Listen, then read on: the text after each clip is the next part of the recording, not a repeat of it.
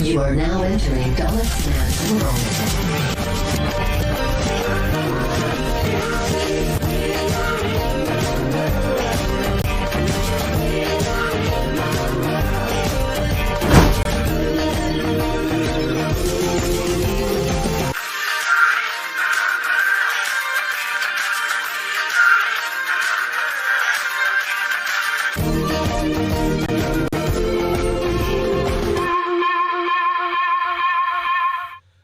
What is up, ladies and gentlemen? It is your boy, Alyx, and we are on week 7 of the Wednesday Night Wars. Welcome to my late night review for yet another AEW Dynamite and WWE NXT dual review for November 13th of 2019. Although this is being reviewed on November 14th, it's literally midnight.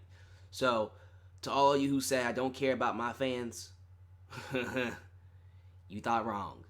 If this doesn't prove it, I don't know what will. Let me just say this before we even get into anything.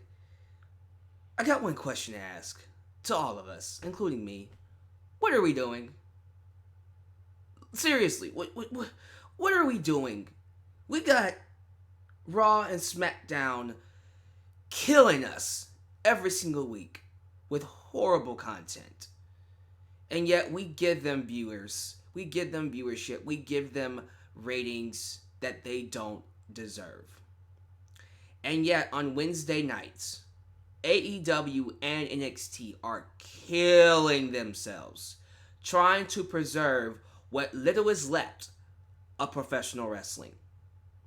Giving us some of the best storytelling, some of the best matches, some of the best wrestlers in the business today, and we can't even be bothered to put them over a 1.0. These shows should not be suffering low ratings like this. If anything, SmackDown's rating from last week, which was a 2.6, and that show sucked, that should be the rating that AEW and or NXT has right now. Matter of fact, the ratings that Raw and SmackDown have, swap them.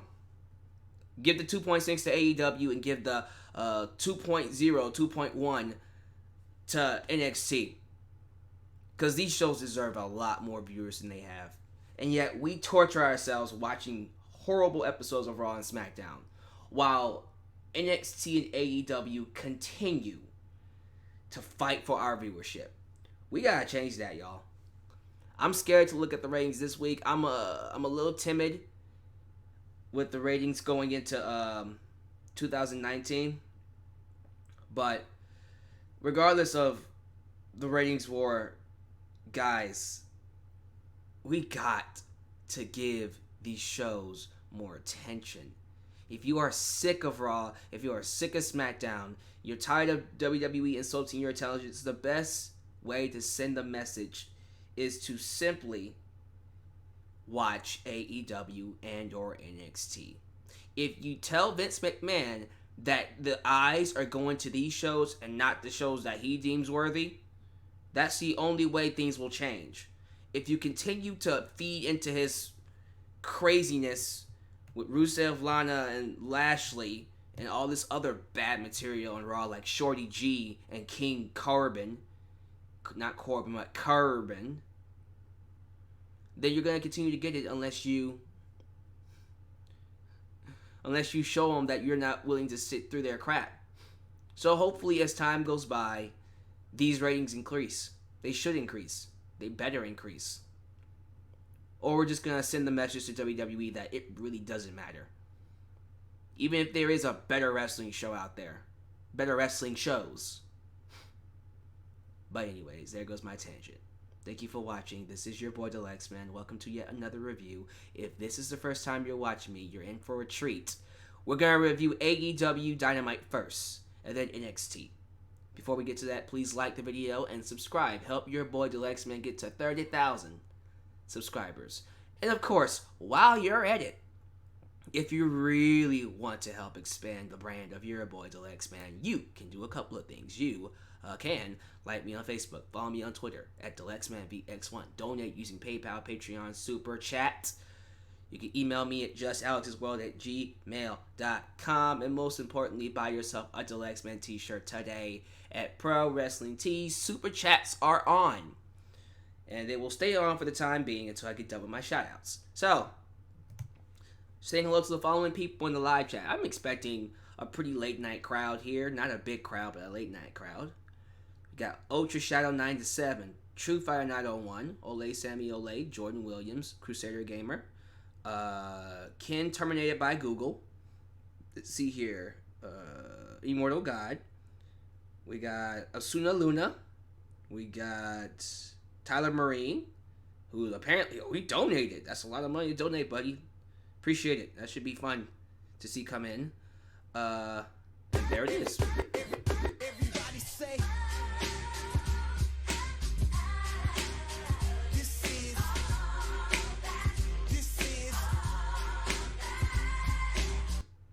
Moxley versus Darby next week. Let's go. We're gonna get to that, man. Oh, I love this show. Jet the Hawk, Adam Ritter, Firestar Hart, TLB the Fly Guy, 98% of the time. Daniel Gen X 6887 or 6887. Christopher McGowan, that's a new one. I don't think I've ever seen you before. You must be new. Welcome to the family, Christopher. Mike Fury, Michael Dahl, and last but not least, did I say Jordan Williams? I'm pretty sure I did. He's a regular. Jacob Paris. Alright, so if I don't say your name, it's not because I hate you. I'm just giving some love to the early crowd. If you want early shoutouts, you gotta get here early. But thank you to everyone watching me. I can't speak English right now. Thank you to everyone watching. I am going to pause the super chats. Not saying I'm going to turn them off permanently. I just don't want them interrupting the podcast because people have complained. Deluxe, man, the super chats are interrupting you. We don't like it. Can you stop it? Cut it out, man. Cut it out. So we're going to do a structure. We're going to do AEW review first, and then I'll go back to the live chat to do some more shout-outs, and then I'll turn them back on for AEW super chat donations. So let's get to it. We kick things off with a recap on AEW about Full Gear. Now, I love Jim Ross. I love him.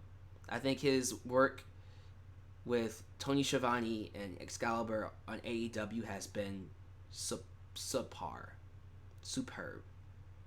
Good stuff. This is the best commentary team this company could come up with. Don't change a goddamn thing. If you miss one of them, that's different. You can replace them with Taz. But this is it. This is the prime commentary team. Easily one of the best ones in the business. Now, I love them. But when doing the recap of Full Gear, he accidentally called the pay-per-view Fully Loaded. And I laughed.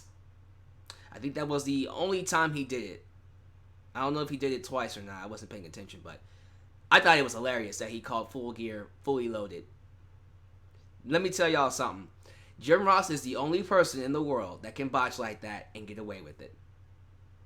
I don't give a damn. Come on, Fully Loaded. It was Fully Loaded. And I'm pretty sure it was Fully Loaded 2000, which was one of the best pay-per-views ever. I love that show. So, screw it. Fully Loaded, that's a compliment. If you're confusing Full Gear with Fully Loaded, that just shows you how great that show was. Just saying. But anyways, after recapping, we go to a package of Kenny Omega getting checked out by the doctor. And he was told in this package that he was not cleared to wrestle for at least a week. And then Omega asked the doctor, what about Moxley? And the doctor says, Moxley's good. He's healthy, but you're not. Broke him silently. Killing him softly with his song, or killing him softly with that barbed wire bat, tearing off his flesh with mouse traps, killing his body with barbed wire, crab, and glass. Thank you. Thank you very much. Thank you. Man, I gotta be real. Everyone talking about the elite, the executive directors taking over the show, hogging the spotlight. Y'all need to say you're sorry right now, because Kenny Omega, Cody Rhodes, Cody, whatever you want to call him, the Young Bucks have all been absolutely selfless so far at the beginning. They have done everything they can to put everyone over. So, in my opinion, eventually when they do get those titles, they'll deserve them. Come on now. By that point, absolutely, you should have a title run. But this is good. So happy to see them putting over the talent, putting over the roster. You won't see that at any other company. Anyone else be this selfless. That's really, really, really cool. I'm just saying. Now, the first match we have, which is very telling, is Michael Nakazawa, taking on Jon Moxley. It was a squash match. You know, the guy with the oil? He wasn't doing no oil tonight. He was serious. He was pissed off that Jon Moxley put his best friend on the injured reserve list. He was pissed.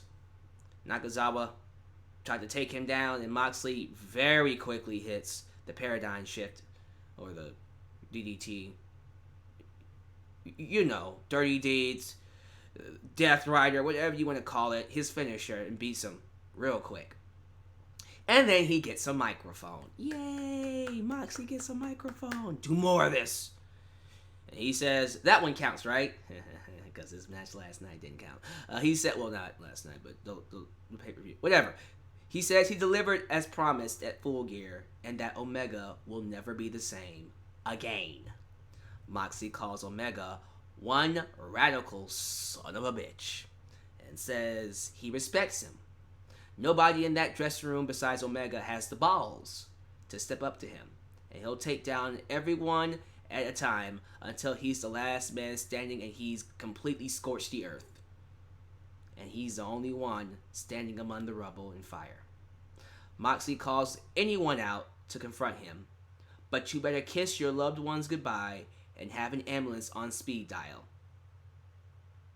The crowd loved him. By the way, the crowd in Nashville,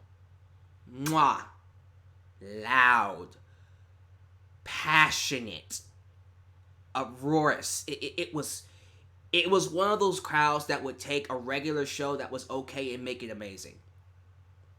See, Baltimore, the crowd that was at Full Gear wasn't like this. Baltimore sucked.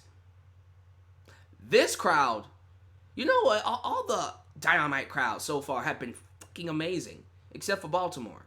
Baltimore was extremely disappointing. The crowd was quiet all night. Like, what are you doing there? Why were you there?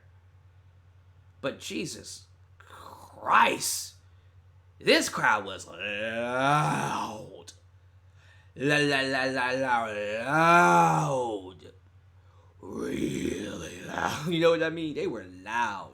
And this is Nashville. Usually Nashville is not the best wrestling crowd. Nashville, Tennessee brought it tonight, man. It was only like, 4,000 people in that arena? It's not a big arena. It sounded like it, though, and looked like it. So, absolutely, man. Props to Nashville. We had the Dark Order taking on Jurassic Express. Let me just say this about the Dark Order. The gimmick sucks. Not a fan of it. But despite that, AEW is doing everything in its power for it to succeed. And for that, I give them credit. They're giving these guys everything. Everything. They're giving them promo time. They're giving them packages. They're giving them strong booking.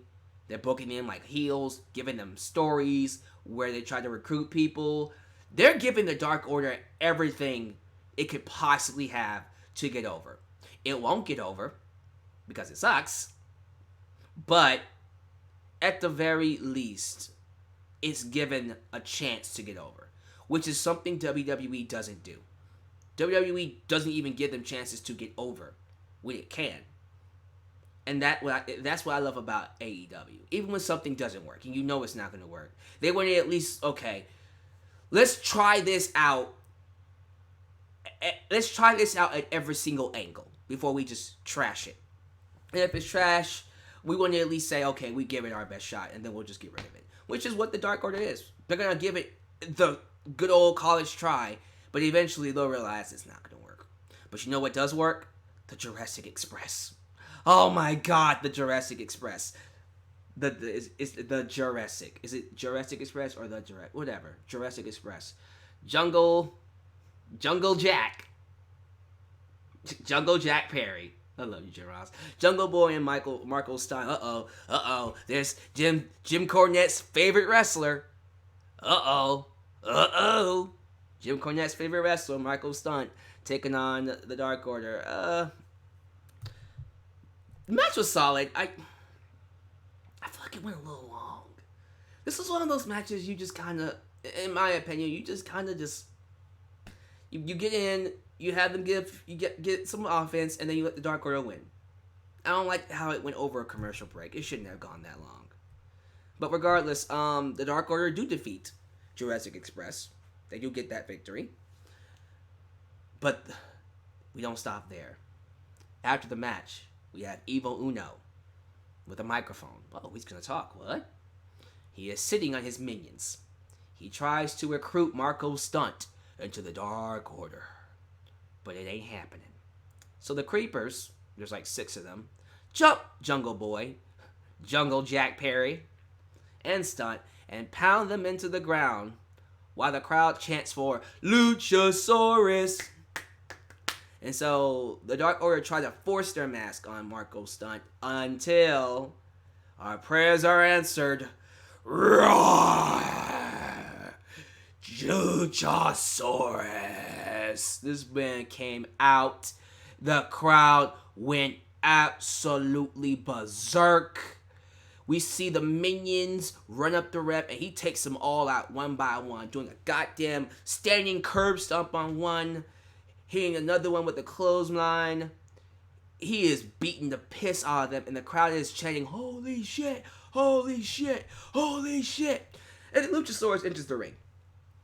The minions, we got 3 minions left. Last I checked, it was like 3 minions, probably 4. But they were like standing side by side in front of Grayson and Evil Uno. This motherfucker, this awesome bastard, Luchasaurus, hits a spinning back kick called the tail whip. And it looked like Bruce Lee freaking came back to life and possessed the guy. It was beautiful. It was majestic. That dinosaur tail whip was one of the not best, but blessed. One of the best things I've seen in a while. That was beautiful. And then, of course, he cleans house, hits a freaking choke slam on Grayson, and hits a goddamn steady movesaw. It was awesome. And then, of course, the Dark Order run, and then Luchasaurus embraces Jungle Boy and Marco Stunt while the crowd enthusiastically cheers. Oh, this was amazing. This is wrestling, y'all. What are we doing? Why are we watching Raw and SmackDown for? What's the point? Like, we should be watching this. This is wrestling. This was awesome. Can we stop, for the love of God, torturing ourselves with this crappy, stupid, ridiculously, horridly written show made for one guy, a senile old man? My God, blessed be to all the wrestling fans who aren't watching this show, because I can't imagine the pain you're going through. Because here I am, just being blessed with the wonderful talents and the wonderful shows that is from AEW and NXT. And we're not done yet. We move on to be greeted by Shawn Spears. And then, of course, we see Peter Avalon. Shh, the librarian. It's another gimmick that sucks, but they're giving it the old college try.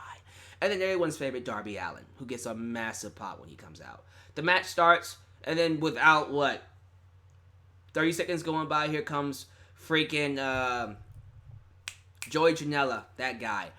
And he ends up chasing off Shawn Spears. And the referee doesn't call for a disqualification because I'm assuming that there's no DQ in triple threat matches, so whatever. Alright, so Joey Janela and Shawn Spears run off and brawl, leaving Darby Allin to beat Peter Avalon. And then one of the best parts of the night, after Darby Allin wins, he gets a microphone and he says 3 words. Well, 4 words. Looks at the camera and goes, Jon Moxley, I accept. The crowd went nuts. They lost their minds. You want to know why they lost their minds? Because storytelling, let me break it down for you. You have an established character in Jon Moxley, who's easily the most over character, wrestler, talent in AEW. You got Darby Allin, who was established as someone who can take a beating. Established as someone who lives on the edge, who is hardcore, who is someone that can live through pain, that revels the idea of pain. Right? Okay. So you got these 2 hardcore badasses who have never fought before, with their own direction and their own paths, finally crossing. And what do you get? You get this thing called investment. Holy crap, Darby Allin versus Jon Moxley, 2 hardcore nutcases about to collide. What can happen? I don't know. I want to see it. You can damn well guarantee there ain't gonna be no singles match. They'll try to make it a singles match, but it'll turn into a hardcore match real quick. Oh, I can't wait for that. That's gonna be beautiful. This is wrestling. Oh my god, actual storytelling, characters, direction, investment. Who are these people? It's Jon Moxley and Darby Allin, 2 insane maniacs. Why are they fighting? Because they are both crazy and they love pain and they love dishing out pain. Why should I care? Because I want to see which one of them can survive when they get inside the ring and try to kill each other. My God. It's not hard. It's not hard. Why are we not giving this the ratings that it deserves? Ultimately, we win. It's late, so if I start acting weird, just know that.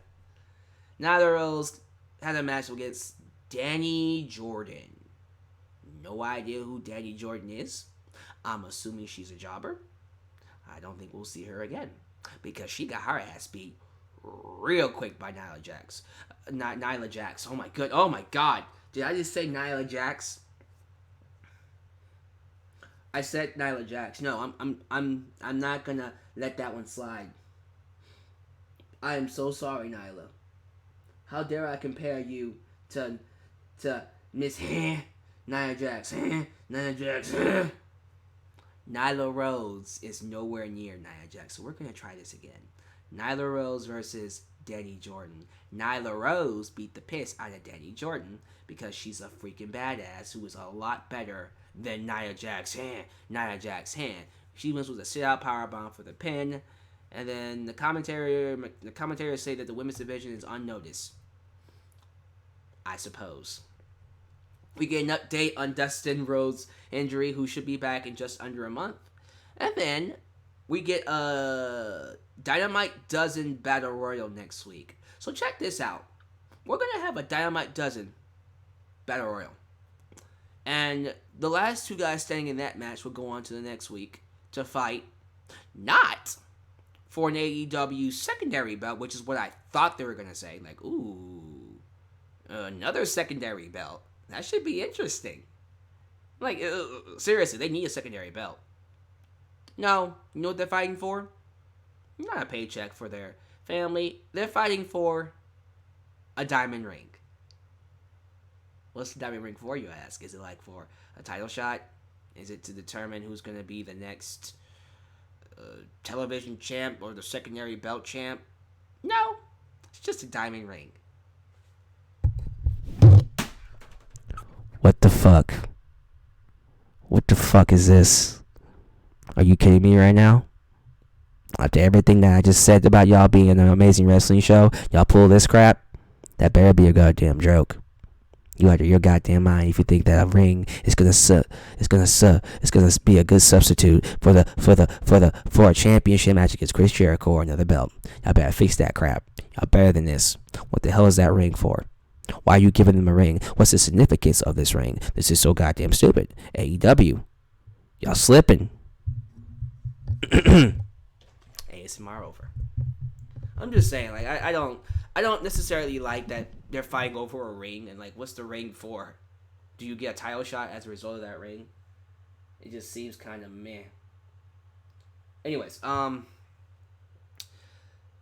Schiavone is out to interview Allie. Oh yeah, remember Allie? Good, because I didn't. She had a match against Brandy Rose, and that's the only time I remember her. But yeah, she came out to do an interview with Tony Schiavone. And then it went dark. Not AEW dark, but it went dark. Because Awesome Kong came out and beat the piss out of her and then cut off her hair with a big-ass knife. I have a question. Isn't that considered dangerous to walk around with a knife that big? How is that getting by security? I'm just saying, like, y'all just let this bitch walk around with a big-ass knife? That's kind of scary. I don't even care, like, first off, Awesome Kong alone is scary. Awesome Kong with a knife is a nightmare. But then you got the other crazy one, Brandy Rose, walking around with a knife. Talking about some, I'm crazy. No. Just no. We're not going to do that. Alright, Alright. Allie got her ass kicked. I don't think I care, but we'll see. Le Champion is next. Oh, here we go. My favorite segment of the entire night. Chris Jericho makes his way to the ring with a huge smile. A huge smile on his face. And the AEW Le Champion begins to gloat. He gloats about still being Le Champion and also the greatest of all time. He demands a thank you from every single member of the AEW roster. The black. I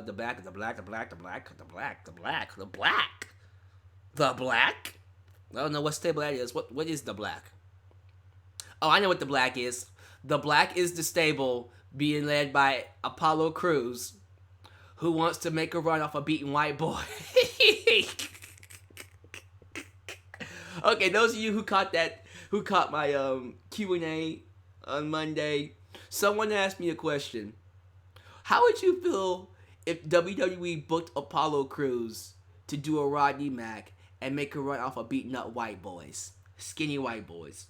It was the funniest thing I've ever heard. It was fucking hilarious. And so now, I'm assuming that Apollo Crews left WWE and now he's come to AEW and he's leading a stable called The Black with Titus O'Neil. With Titus O'Neil and Shelton Benjamin. And they're beating up white boys. Okay. The roster, the back office, the front office, and the side office. He wants a thank you from the people that matter, not the jackasses in Nashville who boo him. They were cheering the hell out of Jericho, too. They loved some Jericho, but they said, Chris Jericho said, you ain't cheering me. Jericho calls Cody an entitled millennial son of a bitch who isn't as good as he thinks he is. The lights go out, and here comes the interest for Cody. Oh my god, Cody. Here comes Cody. Uh-oh. He about to get him some. Put him up, put him up. It's not Cody, though. Instead of Cody, it's MJF, who gets bombarded, showered, bedazzled, creamed. This is getting weird. Showered in boos. It was crazy how loud these boos were. And they were thunderous. And then it was followed by asshole chants. And I loved it. Oh my God. Real heels. Real heels in wrestling. I'm so proud. MJF says if he didn't throw in the towel, Cody's career would be over. The people boo him like he's a villain, but the people have been cheering for the true villain, Cody, the entire time. He says Cody couldn't give less of a shit about some of these people. The real Cody only cares about himself. These sheep don't want to believe it. Only MJF knows the real Cody, and the real Cody is a liar and an abuser. Cody saw MJF and just saw someone he could make into his puppet. Cody is a sociopath. Oh, it's so good because he's talking about himself. It's so great. Good heel promo. Crowd chants bullshit. MJF says what's bullshit is the idea that Cody ever gave a damn about him. Cody doesn't want MJF under his wing. He just wanted MJF under his thumb. But his thumb ain't big enough to hold down MJF. And now MJF is the new face of AEW because MJF is better than Cody, and Cody knows it. And then, this is when it gets so good. This is when it becomes a master for promo. So, MJF addresses Chris Jericho, Christopher in the ring, and says Jericho would be on his third or fourth installment of his Mount Rushmore of wrestling. Ouch. Jericho calls himself Maxwell. Calls him Maxwell. Maxwell Jacob Freeman. And they exchange rumors about MJF possibly joining the Inner Circle. MJF says he knows Jericho would love him to join. I love this. Love him to join his Inner Circle jerk. His Inner Circle jerk. Inner Circle jerk. Not enter. I can't speak English today. Inner Circle jerk. There it is. It's late. But just like all these inbred rednecks, Jericho likes drinking a little too much of the bubbly. The fastest rising star in pro wrestling doesn't need Chris Jericho. Jericho says that MJF wants to be like Le Champion and points out their similarities. MJF's parents clearly got horny when Jericho was beating Huberto Carrera 25 years ago, and 9 months later his twerp ass popped out. One of the best lines of the night. That's freaking awesome. Come on, man. This is awesome. Neither man would budge on inviting or accepting an invitation to the Inner Circle. They do the bit like Jericho and Kevin Owens did years ago with the I know who the biggest jerk is in AEW. Teasing they will say each other, but exclaiming that it's Cody, and then they end up hugging. It was the same thing that Kevin Owens and Jericho did, but this was even better. I love this. This was awesome. Cody eventually comes out and takes it to both men in the ring. Cody beats up both guys, botches a power slam, but they sell it as him being hurt. So it was protected very well. But then he tries it again and eventually hits it. But then he gets ambushed by the greatest debut of any wrestler in any wrestling company. We've been waiting for him. We've been waiting for him for what feels like months. He's finally here. Ladies and gentlemen, Wardlow! Wardlow!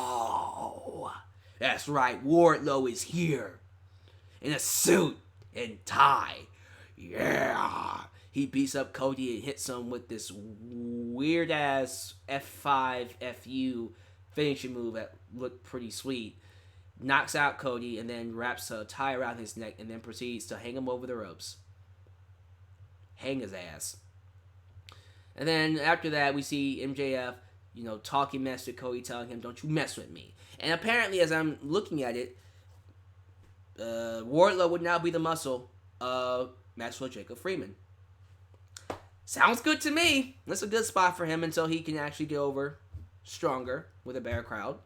But for right now, a muscle for Maxwell Jacob Freeman sounds great. It's a good role for him. Now, Adam Page took on Pac yet again. And some of y'all are saying, oh my goodness, this match again? Yes, Pac versus Hangman Page. Is it Pac or Pac? It's Pac. I'm going with Pac. Now, their first two matches, the first match was good. Their match at Full Gear, it was not good. It was not that good. It was pretty disappointing. So when I heard they were having another match, I was like, ooh, I don't know, y'all. But I was quickly shut the hell up. This match was fantastic. This easily, first off, match of the night, of the entire night. I'm not kidding you. I thought this match, well, it's either this match or, well, no. I think it's for sure gonna be. I'm gonna have to talk about the Cruiserweight Championship match later. I'm not too sure, but this match was the match of the night for AEW. For sure. This was amazing. This was the kind of match I was hoping both of them would have. And I love the finish. I love that Pac basically ripped the victory from Hangman Page's hands. Hangman Page did everything he could. He hit him with the buckshot clothesline, buckshot lariat, whatever you want to call him. Went for that dead eye, missed it. Pac was just too good. He was just too good. He ripped victory out of Hangman Page's hands. And he had no choice. He had no choice. No chance in hell but to pass out to the Brutalizer. This was an amazing match. This was the kind of match they should have had at Full Gear. This was the kind of match they should have had to begin with. So, as of right now, Pac is now 2-1. He wins the series. So, if you don't mind, let's not do this match again for a while. If you don't mind. Let's do something else with Pac and Hangman Page. Alright, and then suddenly we have a crazy brawl backstage between the Young Bucks and the Proud and Powerful. Bucks put Ortiz through a table, and then Santana lands a splash on the Bucks from on top of a freaking forklift. They continue brawling to the outside through a bathroom door where we see Orange Cassidy, who happens to be chilling, minding his own business in the toilet, near the toilet, in the bathroom.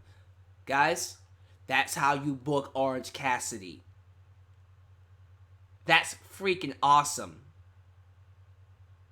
They go to commercial break. We're back. They're still brawling, but they're on the stage this time. And then they drag Nick over to the set and beat Nick's leg, his injured leg, with a loaded sock. And then they have Matt Jackson, and they spray paint a table with a bullseye. And then they throw Matt through the table, and then he goes through the table, through the stage, which looks sick. And then it was such a brutal beating. Freaking Private Party has to come out and stop him and make the save. I'm telling y'all, man. Like, y'all gotta lay off the Elite. Young Bucks, Cody, and Kenny Omega, Hangman Page. They're not selfish. They're just doing what they have to do to put over the roster, and I think that's really awesome. That's really cool. You gotta give them credit. That's really, really cool, man. Let's see here. I think after that is the main event, right? Yeah. Oh, they do announce that next week we're getting Moxley and Darby Allin, and then Private Party versus Proud and Powerful. That should be really, really good. All right, main event was SCU, who finally came out and did their shtick. It's been a while, but they finally did this is the worst town I've ever been in. And then SCU. So the main event was a tag team championship match. SCU taking on the Inner Circles, Chris Jericho and Sammy Guevara. The match was good. It was a good match. Nothing really to complain about, really. SCU ends up beating the Inner Circle and handing Chris Jericho his first defeat overall in AEW. And he did the whole Chris Jericho losing his temper, getting this chair, and whacking the ringside post with it. It was great. It was a great way to close the show. So, SCU get established as the best tag team in the roster with a victory over the Inner Circle. Really good. No help whatsoever. So, when they do lose those belts, it will be a big deal. That's how you do it. That's really, really good. No real complaints. I thought AEW was an awesome show, man. Easily one of the best shows coming this week, coming for the last month or so. We got to start watching these shows if we want to send WWE a message. So how does NXT compare? So before I even get to NXT, let's do something real quick. We're going to do more shout-outs. First off, let me turn super chats back on. Let y'all donate for those of you who want to donate. Hold on for a minute. Okay, it doesn't do what I want you to do. Do it. Stop it. Do what I want you to do. It's not, guys. It's not doing what I want it to do. It's doing. It's acting weird. Anyways, hold on for a minute, y'all. Let me get this right. Okay. Well, whatever. I'm gonna see if anybody. I don't think anybody donated anyways. Doesn't look like it. The only person that donated was $9.99, right? Yep. Okay. So it don't even matter. Whatever. All right. Let's get some shout outs. See the same people here. Let's talk to. Let's see. T.Y. William. What's up? T.Y. William. Panda Hat. Austin Adams. Raymond Fraud. Let's see here. I think the rest of them, it's the same people. Oh, wait, no. We got some more. Okay, never mind. 46614 Abel. I think that's about it. Austin Adams, I already said his name. Alright. Well, sorry about the super chats. Oh, now you want to turn on. This is weird. Give me 1 second, y'all. Let me just turn super chats on permanently. I'm pretty sure I won't be interrupted that much since not a lot of people are watching anyways. So, let's just do this. Okay. Now let's go to the super chats. Notifications. Alright. So super chats are back on. I don't know why it was being difficult for some reason. But here we go. Bree mode. I don't know why I said Bree mode. It's late. Leave me alone. Apparently I got it from Ultra Shadow. Now, NXT.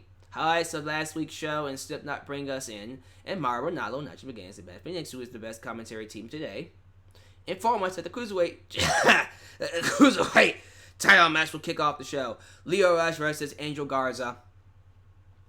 When I tell you this is one of the best TV matches from WWE this year, I'm not lying to you. This match was outstanding. Oh, this match was amazing. Oh, this match was off the chain. This is the kind of match I've been wanting to see from Lio Rush ever since he debuted in WWE on NXT. And we finally got it, and Jesus Christ, I love it. I love it. I loved every bit of it. Angel Garza, by the way, we are, if I'm not mistaken, this is 14 years to the day that Eddie Guerrero passed away. Eddie Guerrero passed away 14 years ago, today. Viva la raza. Rest in peace, Eddie Guerrero. I bring him up, and this is not me doing one of those hyperbolic comparisons, but it needs to be said. When I look at Angel Garza, I can't help but be reminded of Eddie Guerrero. His charisma is off the charts. He's an excellent wrestler. He commands respect. He commands the audience. He knows all the tricks, all the things that Eddie did, he's doing in his own way, and it's so awesome to see this, man, because it's like the spirit of Eddie Guerrero is around this guy, and although he's not Eddie Guerrero, and I don't want him to be the next Eddie Guerrero, I just can't help but think about Eddie when I look at Angel Garza. He has so much going for him that's really awesome. So, he had an excellent match with Lio Rush, and I thought these two tore it up, and I love the finish. I love the finish with Angel Garza's foot being on the ropes, but it was like for a split second, his foot was under the ropes. Like, if the referee would have blinked, he would have missed. He missed it. He didn't see it, but if you would have blinked, you would have missed it too. But yes, his foot was under the ropes, so I'm pretty sure this means we're going to get a rematch. The rematch will happen at NXT TakeOver War Games, as it should. That should be awesome. Nothing else to really talk about this match. It's just Go out of your way to see it, man. Go out of your way to see it. It is definitely worth watching.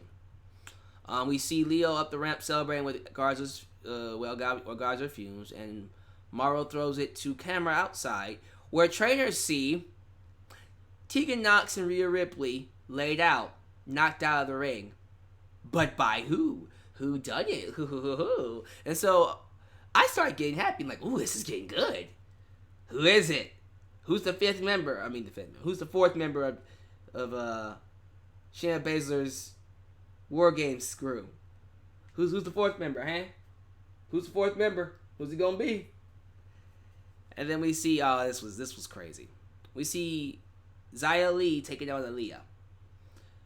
Aaliyah and her bad and bougie Vanessa partner, Bad and bougie partner, Vanessa Bourne.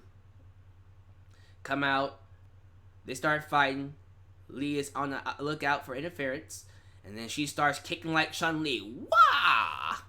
And then she hits this crazy spin wheel quick. Like, it's late, y'all.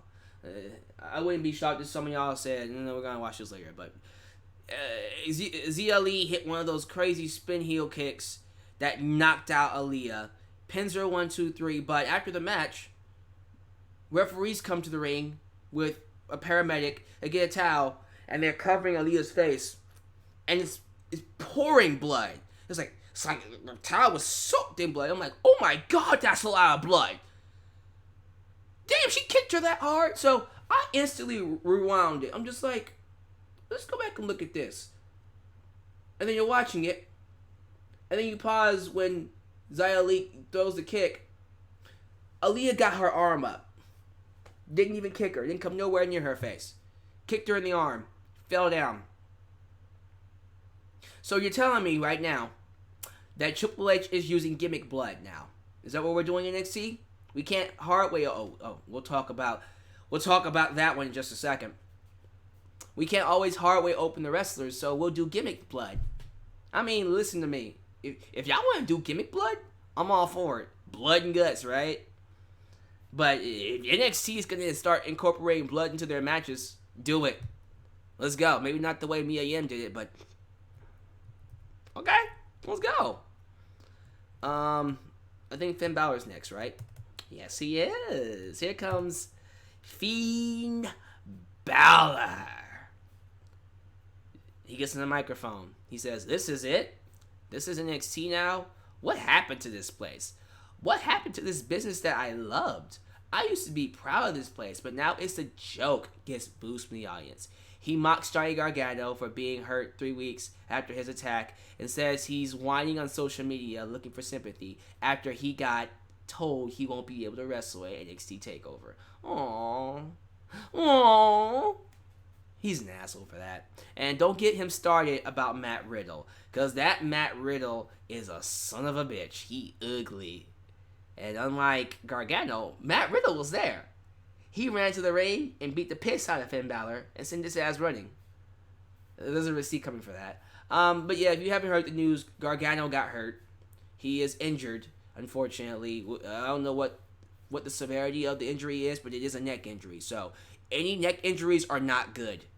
So hopefully he'll have a speedy recovery and be back for NXT TakeOver Houston? When's the next TakeOver? Is it TakeOver Houston before Royal Rumble, or is it actually gonna be like around WrestleMania weekend? Who cares? If it's WrestleMania weekend we're doing, let's go for it. But hey, a great replacement for Gargano is Matt Riddle. Absolutely, I'm all for that. But speaking of Matt Riddle, after he runs off Finn Balor, here come the Undisputed Era. They circle the ring and tell him he's in the wrong place at the wrong time.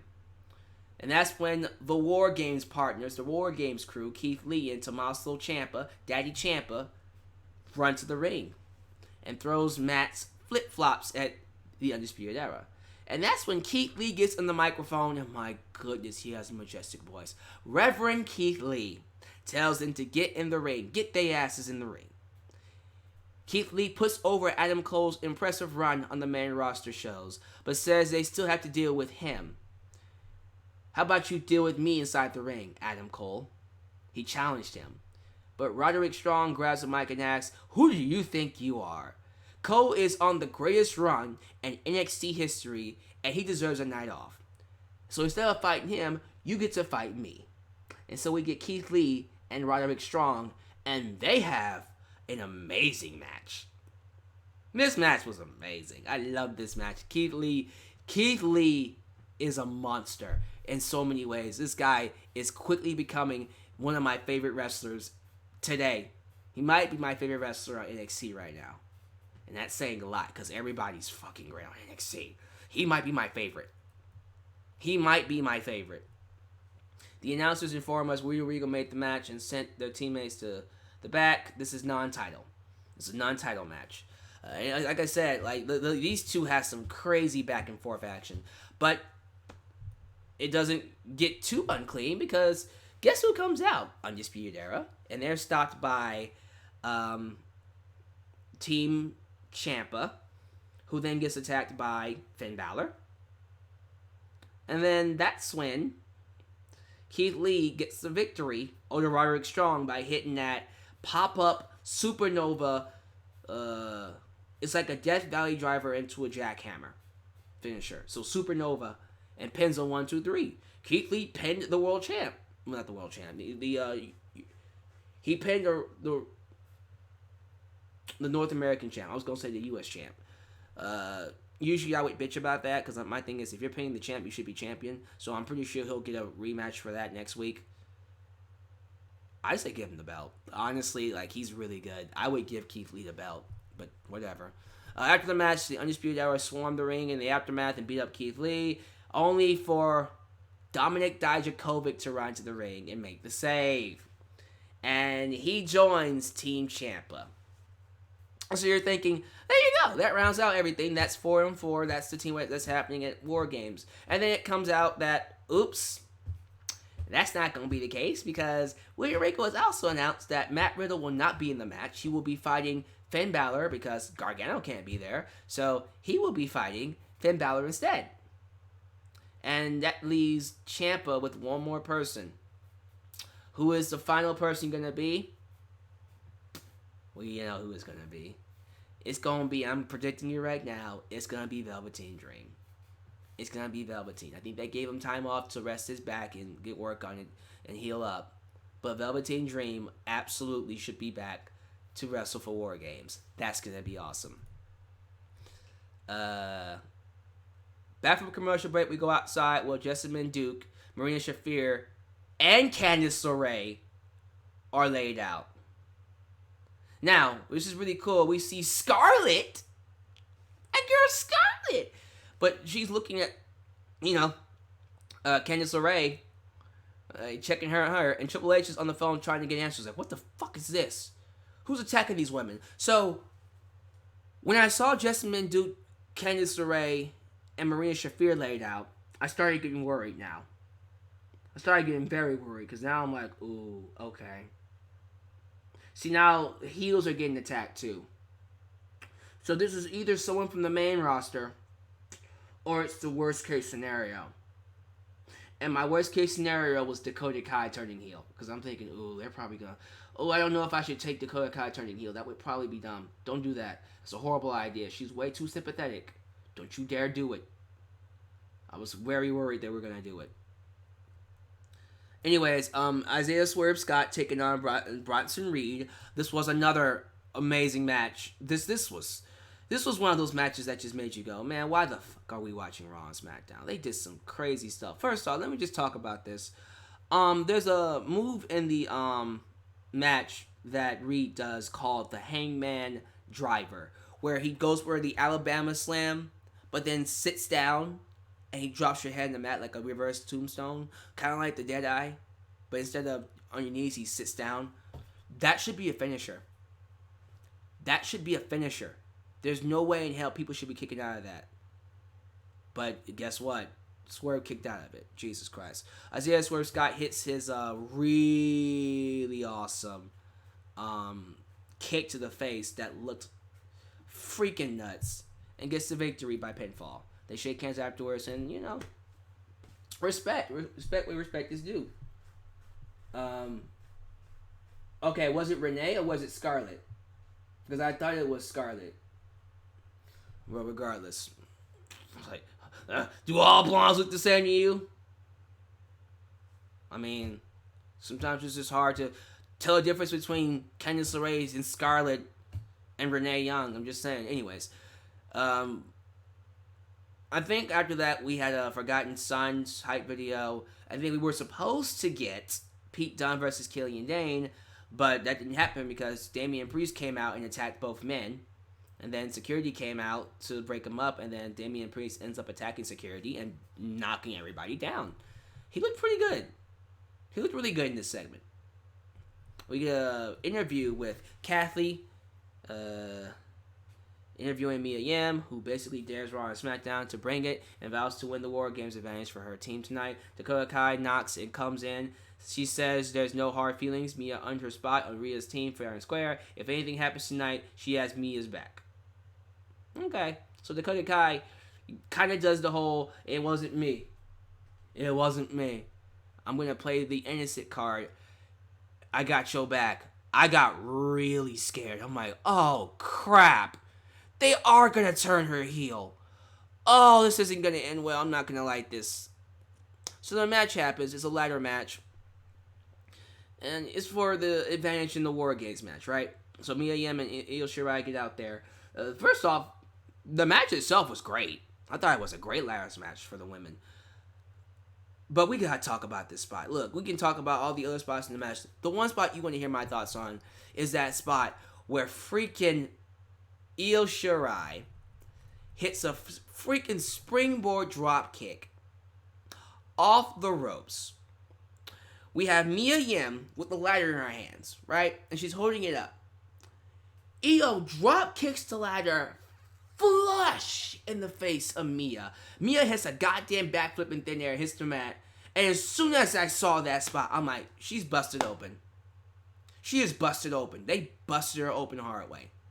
And before long, guess what? Yep, blood just comes out. And it's streaming out. It's gushing out. It's not Joey Mercury levels bad, but it was really bad. It was so gruesome that they literally had to cut away from it. They took the cameras and purposely showed, like, whatever. The crowd, they showed Io Shirai, everything but Mia. Because they were doing everything they can not to show her. They had officials, referees, PM, paramedics around her. They were just like, don't look over here. Don't look over here. It was horrific. And people said that she was, like, gushing a lot of blood. And they almost stopped the match. But her face got destroyed. Oh my goodness. It was really bad. But it was like, at that point, the match just stopped. Because it was just like, it didn't like officially stop, but it just froze because it looked like she could have like really hurt herself. So they stitch her up. I think it was like a straight up, okay, we have to stitch you up here or staple you up because if we don't, you're not going to finish this match. So they literally had to do a quick job to staple up the wound so she can finish the match. So throughout that time, you had Io Shirai sell a broken hand to climb up the ladder very slow until Mia Yim got back on her feet. And then they finished the match with Mia Yim being tossed off a ladder through another ladder. Now, who did this? Who was the son of a bitch who tossed Mia Yim, HBIC, off the ladder through another ladder? Well, that son of a bitch was not Dakota Kai, thank God. It was the UK Women's Champ, my girl, Kaylee Ray. Now, I know some of y'all going, who the hell is Kaylee Ray? Let me tell y'all something. You're going to love Kaylee Ray. Kaylee Ray is the perfect addition for Shayna Baszler. I love it. Kaylee Ray, Shayna Baszler, Io Shirai, and Bianca Belair. Wow, what a team. What a team. That is great. But then I just thought to myself, wait, there's no way in hell Kaylee Ray attacked all those people. Who the fuck attacked all these people? And just like that, we have Shayna Baszler come out. She's clapping, and 3 seconds later, here comes Bayley. Bayley with a freaking chair comes out, bam, knocks her ass out, and then goes away. It was Bayley.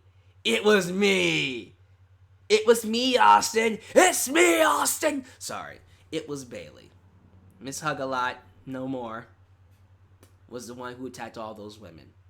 That was pretty good. Quite frankly, she should come back next week and have a match. I'm not joking. Bayley should come back next week and have a match on NXT. I want Bayley to come back next week and have a match. I want it. I likes it and I wants it. Get your ass back on NXT and wrestle. Get your fine ass. You can bring Sasha with you, but get your fine ass back on NXT and wrestle. You know you want to, Bayley. Goddamn. You and your fine ass. Anyways, that's how we end the show with Bayley attacking Shayna Baszler.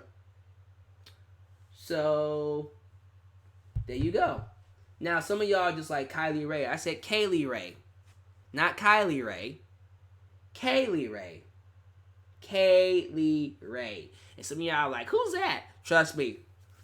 The best way I can describe her is the Irish Lita. She is an Irish version of Lita. I'm not even kidding you when I say that. She can do everything Lita can do, if not more. She is literally an Irish Lita. You'll find out. You're gonna love her. Anyways, that was it. That was the show. I'm gonna give the slight edge to AEW. I thought both shows were really good. I thought NXT was great, but I thought AEW this week was just awesome. Just really strong shows. Why are we not watching this more? I'm going to be very disappointed if I wake up tomorrow and find out that these shows dropped in the ratings again, or still had like very low ratings. Like, they should at least both be over 1 million. At least. I don't want to see NXT or AEW drop in the ratings tomorrow. They probably will, and that will hurt my feelings. But I'm getting to the point now where I almost want to just stop looking at the ratings. And just accept the fact that, you know what? The real wrestling fans, the ones who actually want good storytelling, they'll watch this show. And the ones who are watching Raw and SmackDown will just be miserable watching it with their shorty G's and their horrible segments with a 24/7 title. I'm just saying, AEW was awesome. I thought it was the show of the night. But if you've seen both and you have an opinion on which one is better, I ask you in the comment section. If you are watching this video right now, tell me which show you thought was better this week. If you thought NXT was better, if you thought AEW was better, or you thought both of them was better. Tell me which one you thought was better and tell me why. But other than that, guys, it's late. I'm tired. I've been up here for an hour.